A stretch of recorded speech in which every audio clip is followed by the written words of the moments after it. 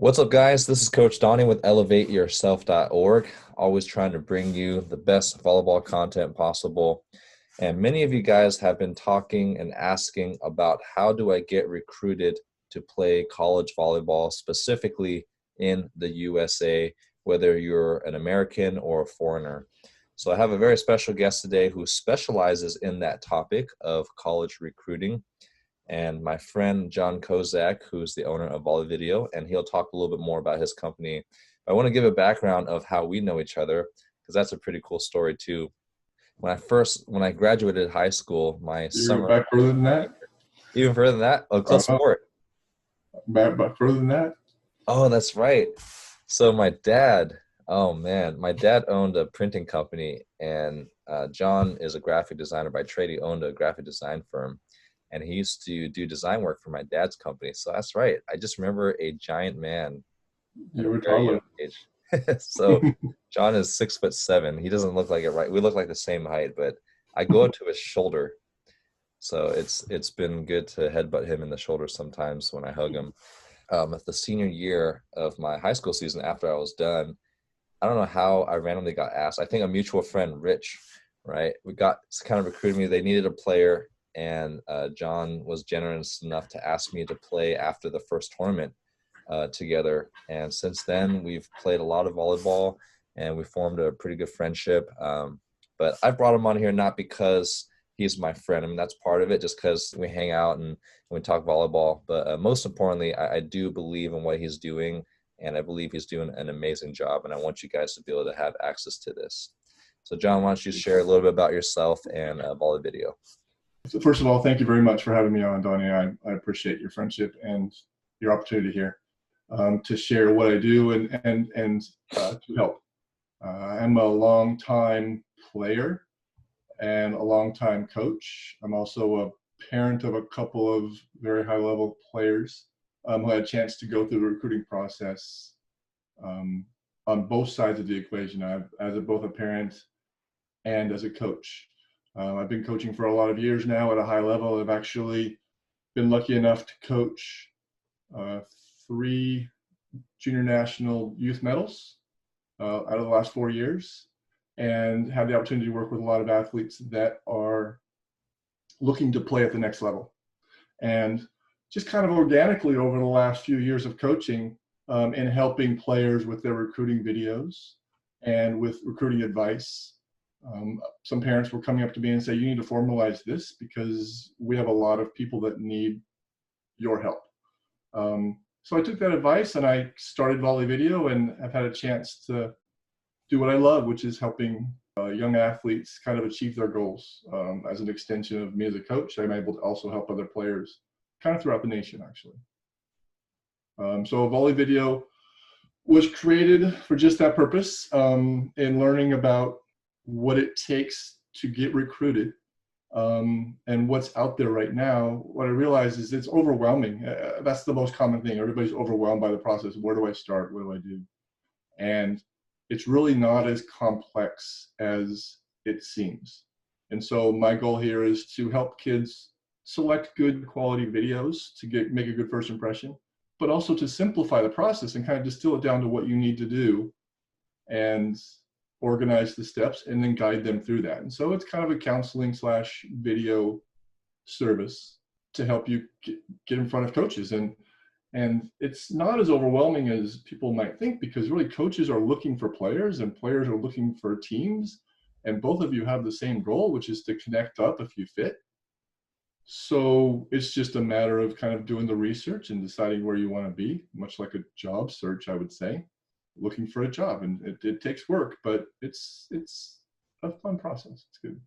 Yeah, I think what's unique about John's perspective is, like you said, he's coached at a pretty high level at the youth level, and both in high school and in club, and for one of the top clubs in our area, Mountain View Volleyball Club.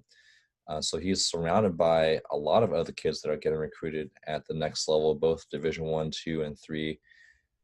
And then being a coach, he knows what to look for in highlight videos, because coaches want to see more than just you smashing a ball or 1,000 great digs, right? They only have a few minutes to look at you because they probably got to look at 20 or 30 other players throughout the day. few plus seconds. do all this other stuff. So he can guide you and help not just edit video, but also how to communicate. And he'll talk a little bit more, why those certain aspects are really important. And he touched upon just simplifying the process, right? You get to focus on being the best volleyball player you can be, and he helps you maximize that recruiting process, which is great about his service. Cool. So we're going through the YouTube questions first. And like I mentioned in the post, the questions, we're going to start with the most liked ones because those are going to be the most popular ones. All right. Jose Anchi says or asks, I know being recruited is a big goal for everyone. How do you know what goals to set for yourself in order to reach the next level? He has a two-part question. His next question is also, what do colleges in each different division look for in an athlete wanting to get recruited for their school? First part of that question, what are you looking for? You certainly need to become the best possible athlete, the best possible volleyball player that you can be, and then look for the school that's a good academic and athletic fit. And that's probably one of the most important things that's kind of looked over. This is a decision that is the 4 years of your life that you're in school. It's a pretty large decision, and it's not just a volleyball decision for most people. It's an academic fit, it's a location fit, and then is it a career fit? And if you ask the question, listen, is volleyball my number one priority? Then your opportunities open up. If you are looking to find a fit academically and athletically, you're going to find your scope narrows down. And a lot of the work that needs to be done is the research to find the schools that would fit within your window of interest, and then contact those coaches. As it relates to different levels, general athletic ability and skill ability goes up as you go D1 down, right? So you got D1, D2, both provide scholarships and have a higher level. D3, there's a larger pool of schools, much larger pool of schools in D3. They're oftentimes more academically minded or private schools, and the level's not quite as high. And then one you didn't actually recommend, which is kind of a fastest growing area of volleyball, which is NAIA. NAIA has actually twice as many scholarships available, at least on the boys' side, and growing very fast. They're growing approximately 7 schools a year. Wow. So the opportunities in NAIA are almost as large as NC2A. And the regulations, the recruiting restrictions are different for both. And the timelines are different for both. It's a matter of finding, we'll move on to some of the other questions, but as it relates to what year is being recruited and what level. A lot of it's organic, a lot of it is customized based on who you are as an athlete, where your interests lie, what year you've started, whether you're boys or girls side. It's all very different, all very customized. There are all the limitations, including financial and academic, that help guide you to what the best school for you will be. Yeah, and one thing I want to add to the different divisions, what you see on TV is mostly Division I and maybe some Division II, like Lewis University. That is not the only college volleyball. A lot of people, when they see Stanford women's, like, well, I can't play there. I can't play that level. I can't play in college. It's like, you're watching the top university in the entire nation out of 300 Division I schools. Then you got Division II and Division III. So there's so much access to college volleyball out there, and what you see on TV is not all you see. So also keep that There's in so mind. many opportunities, especially on the girls' side. Yeah, tons. All right. Free Wi-Fi asks, how can you still be recruited when your senior year is going to be next year? I'm assuming. And the second part is also, how can you be recruited when you have no support from your parents in playing college volleyball? Part one to that, if you haven't started with a recruiting video and emails, that would be the first step. Getting on their watch list is your initial goal. And you do that by either being seen at a location or, more importantly, reaching out to them. It's very rare. A very, very small percentage of players are actually recruited or reached out to. I think the misconception is that they will come talk to me if I'm good enough. That is true to a very small percentage, just like Stanford women's volleyball. It's a very, very small percentage you're looking at. The majority, you need to reach out to them. They can't cover the whole country. They can't reach out to everyone. And just like a job search, jobs aren't going to look for you. You need to look for jobs. So reach out to the colleges that you're interested in. Share your video from your most visible, your highest level matches that you have. Share your interests, personalize some emails, and get in contact with the coaches. Hopefully you'll find a fit that gets you on their watch list, and you can start the communication. And that's kind of the beginning process. As it relates to the parent support, that's kind of a double-edged sword, because in actuality, the coaches don't want the parents to be involved. They really don't. If the parents are involved, if a recruiting agency's involved, if a middleman's involved, it's a red flag for coaches. They really want self-sufficient players that will be able to make it through the changes that you will go through when you're in college, and to be able to manage the difficulties and the ups and downs of the process, and have the life experience to be able to do that. Actually, in talking to coaches, probably the most common thing that I'm hearing from them is that attrition is the largest problem they're having right now. What does that mean? That means that kids are getting in there.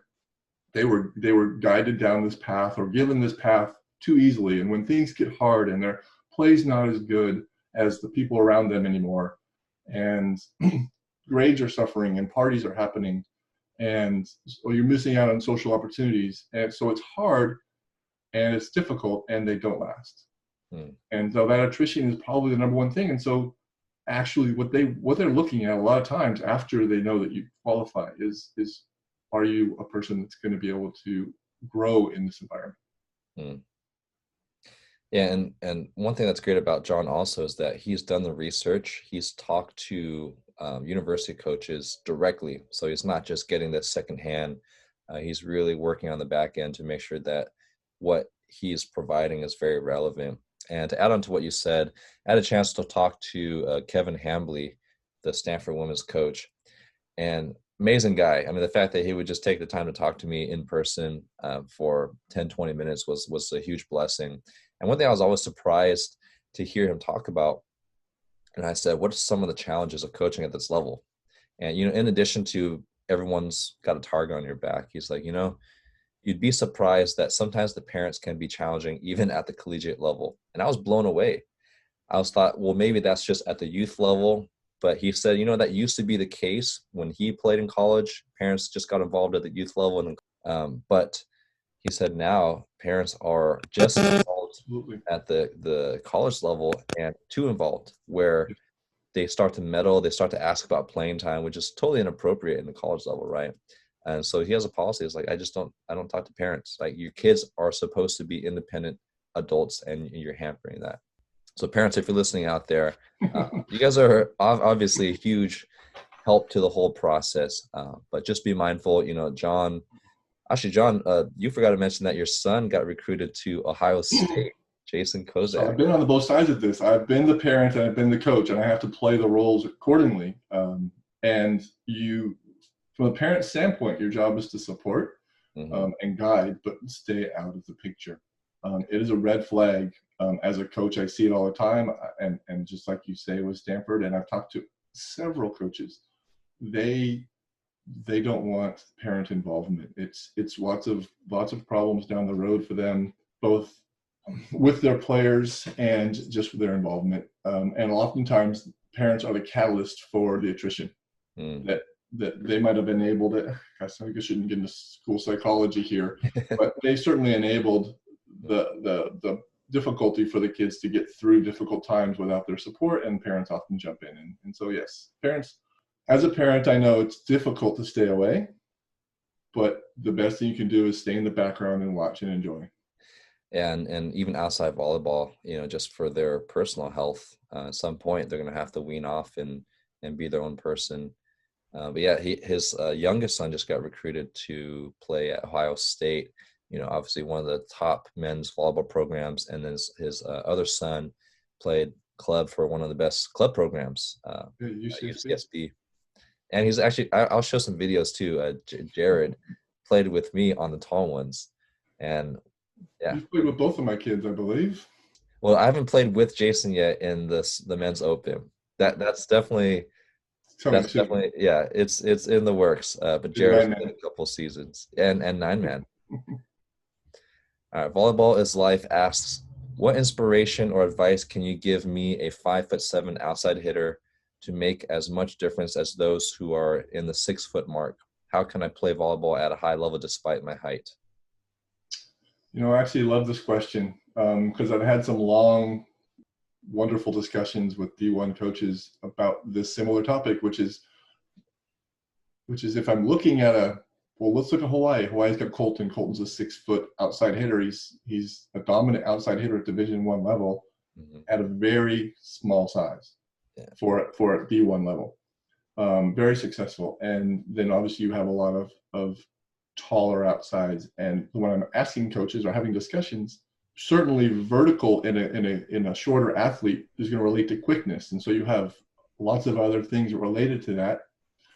Is if all things are the same, smaller hitter, same touch height, bigger hitter, which one would you prefer to take? And the answer that I'm getting across the board over long discussions is I'll take one of each. Mm. And so what I would say as a smaller outside is one of the number one things as an outside is ball control. And Donnie, you can attest because you have great ball control, and you have great vertical, and you're not 6'6" outside. What? So you might actually have a lot more to add to this than I do because I'm 6'7" in the middle. But even from my perspective, as a middle, some of the more difficult hitters to block are the smaller hitters. They bring in different angles. They bring in different complications that are not the same as when I'm dealing with a bigger outside. Mm-hmm. So I think the inspiration I have is which is go with what you have, be the best ball control player you can possibly be, and use what your advantages are as a shorter outside. And there are some, and I'll leave that question to you. What are your advantages as a smaller outside?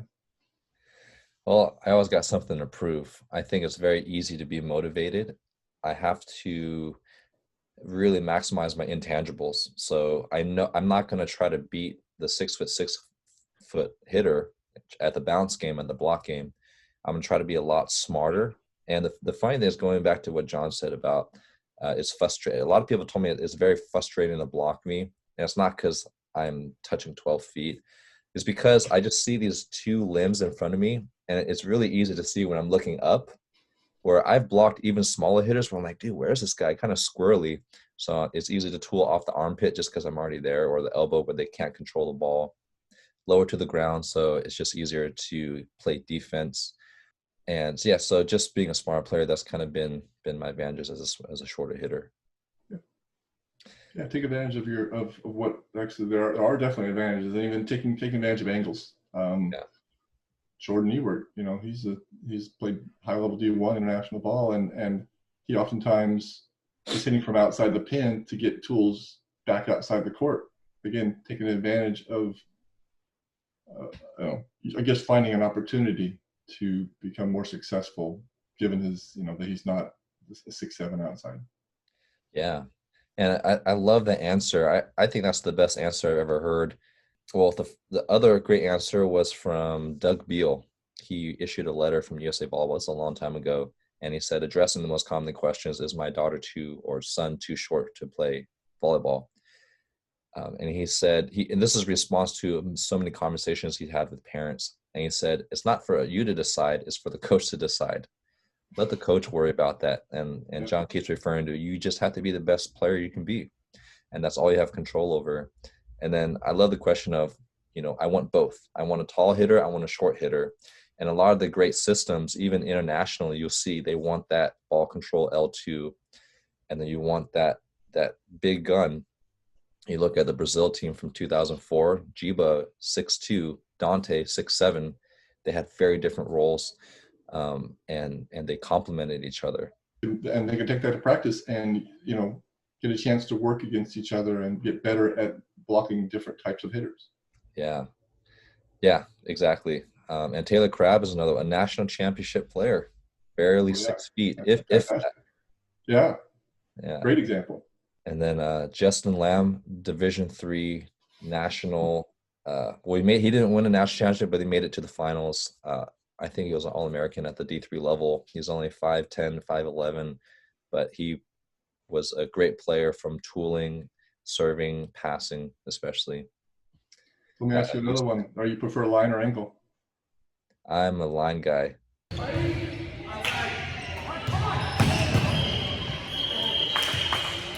Yeah, a lot of the small hitters I know are line guys.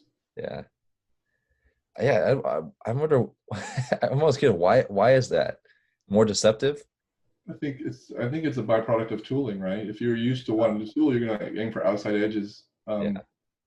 It takes a lot of bravery, a lot of heart to swing inside and hoping it'll block, that you can tool somebody back out to your left, or back off the court. It happens a lot, especially if the block's not good. You can get away with it. Yeah. But I think if you're a tool hitter, you're gonna hit line.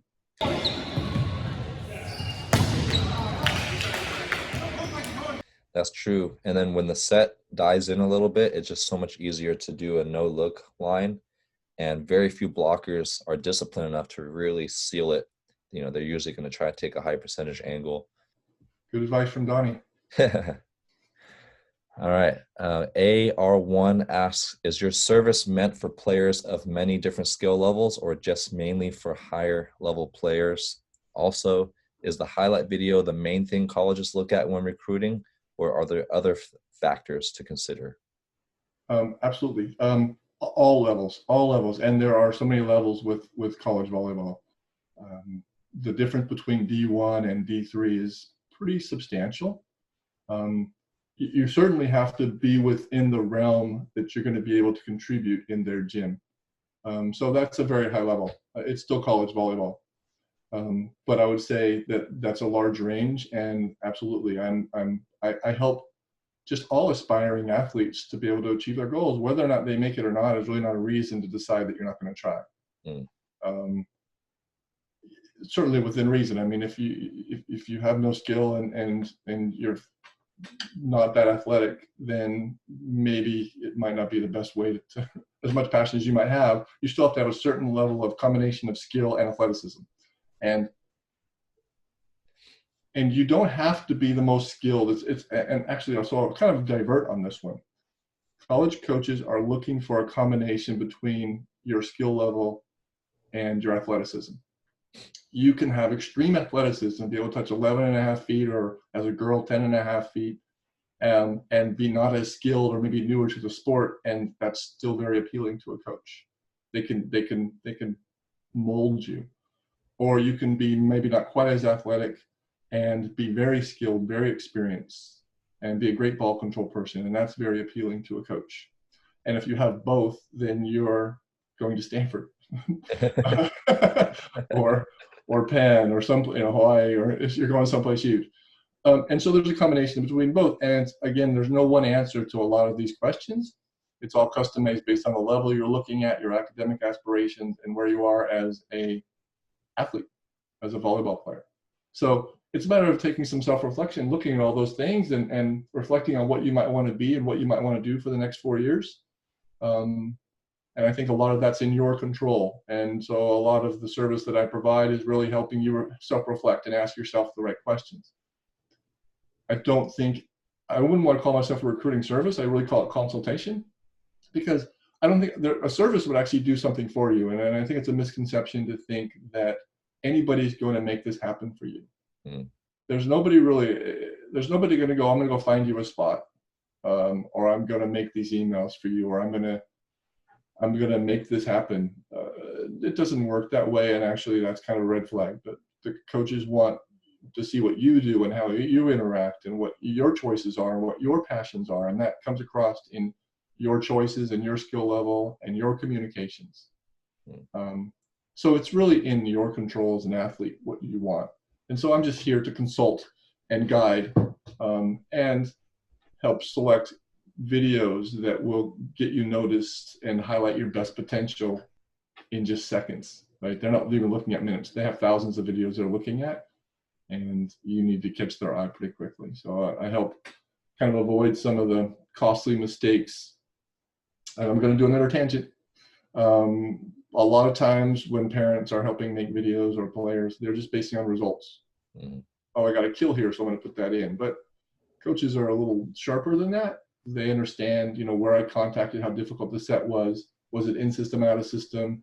Was the libero that you hit at not very good and he made a mistake and you got the kill off an error, or was it your? So they can see all those things. They can see your transition footwork. They can see your approach footwork. They can see what level you're playing against. So those are all things that I think are intangibles that most people on the parent side, on the player side, they disregard. But those are absolutely things that coaches are noticing. Yeah. Yeah. So don't just send players 20 minutes of hitting lines. That's not going to cut it.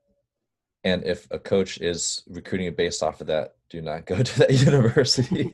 You're not going to learn anything there. Neo Ben 1 asks how to be recruited even though you come from a country or a city that isn't big on volleyball. So I'm assuming he's asking there's probably no club volleyball there or not a lot of opportunities. The first thing is you have to contact, it's like anything, you have to reach out to them with highlight videos. If you're not playing at a high level, you can do skills level videos and share them with the coaches and put together some emails. And again, have some self-reflection on what level your skill level fits. But certainly there's some large obstacles against you if you haven't been playing high level, because a lot of times they're looking at the level of competition. The more and more over time here, the world has turned towards club. The days of recruiting out of high school have gotten smaller and smaller because the club scene has gotten so much larger. And so they're able to recruit from a place that plays high level volleyball, and it's gotten large enough where the pool of talent there is massive and it's all in one location usually. So it's getting more and more difficult to be recruited if you don't play club. That being said, it's not impossible. I talked to a couple of coaches just yesterday who said that they still do recruit some out of high school, not club, but it's more and more rare. And actually, I had a player, one of my clients, VolleyVideo clients, recently got recruited. She was getting D1 and D2 offers. Wow. Using her high school footage. She played on a club team, which helped her skill level, probably is the reason why she got good, because she was able to play at a higher level in practice, but she wasn't getting enough play time to get enough footage out of her club team. So she used high school footage and it worked great. She, within one video, got lots of offers. So get a video out there and get on the coach's watch list, which is really the purpose of your first contact. If you can catch their attention, both on what you say and what you show, and get on a watch list, then that's done its job. Yeah, get on that radar. And another inspirational story, if you don't have a club team, or some states, I think don't have boys volleyball even in high school. VolleyBall, the 2008 gold medalists, they made a boys club team and only competed in national tournaments. They just took a bunch of basketball guys that just wanted to do something else in the summer and hang out with the girls volleyball team, which is a nice little benefit. And they made their own opportunities, and they had to work and had to pay for their own club and their own travel.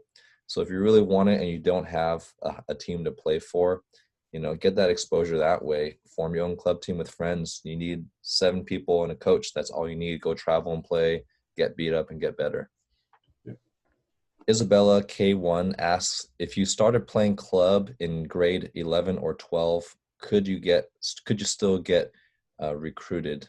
And how do you get recruited if you're like a late bloomer? Okay. That's a great question. And it's a little bit different for the boys side versus the girls side. On the girls side, all the regulations, NC2A specifically, have changed to where they can't actually contact you until June 15th before your junior year or your 17's year. So it's not really too late for all levels. It becomes more and more late. If you are waiting till your senior year, you may be limited on the top schools. They probably have finished in a recruiting class. But just even last week, I was contacted by a coach that was looking for 2020 class players still. Mm. Actually talking to an NIA coach recently, he said that he actually doesn't even really start his recruiting until junior or senior year. There are a lot of colleges that actually also wait. They're not part of that initial wave because they have academic standards that read out a lot, or if they know that they're not as high a level, they're going to wait a little bit until some of those other players have already pulled off onto the higher ones, and then they're recruiting for leftover, because they found over time that if I start early, that oftentimes I am spinning my wheels because they end up getting another offer. So different different team levels will recruit at different stages. And so as a junior or a senior, you may not have the opportunities at the highest level, but they're absolutely available. And the best way to contact them, again, is get on their radar, start reaching out, do the research, find the schools that are a good fit, and reach out to them. And it doesn't hurt to reach out as many as you possibly can. But I would say that what you say in the emails and how you say it and how connected you are with the program matters to the coaches. They want to know that you're connected to their program. And so as much as you're doing a mass email, you need to try to customize as much as possible for each school that you send it to. Yeah, great advice.